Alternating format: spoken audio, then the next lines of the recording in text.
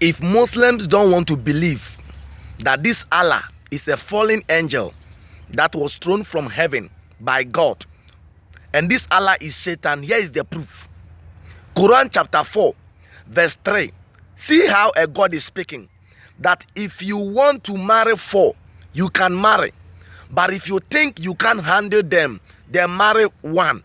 How can a God tell his people that if you think you can marry 4, marry, but if you cannot treat them justly, marry 1?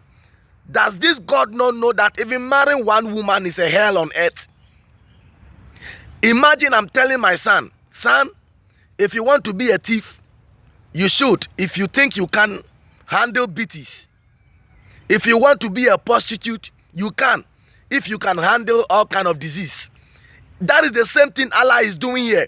Knowing that marriage is not an easy journey. Marriage is hell on earth. 1 wife is not easy to handle. And this God, who is Satan in disguise, trying to tell Muslims that if you want to marry 4, you can. But if you think you cannot deal with them justly, if you cannot handle the 4, then marry 1. Is this a God? A God will tell you that marry 1, because marrying 2 or 3 or 4 will give you problems.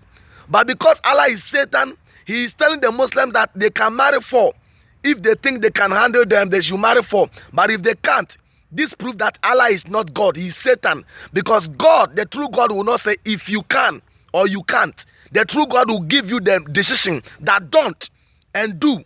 But Allah is telling you if you can't. It means Allah is not God and he doesn't know all things. To know that for marriage will destroy your life. But the true God will not tell you that if you can or if you can't. He will give you order that don't touch, don't do. But Allah says if you can and if you can't. This is not from God. This is Satan himself in disguise as Allah.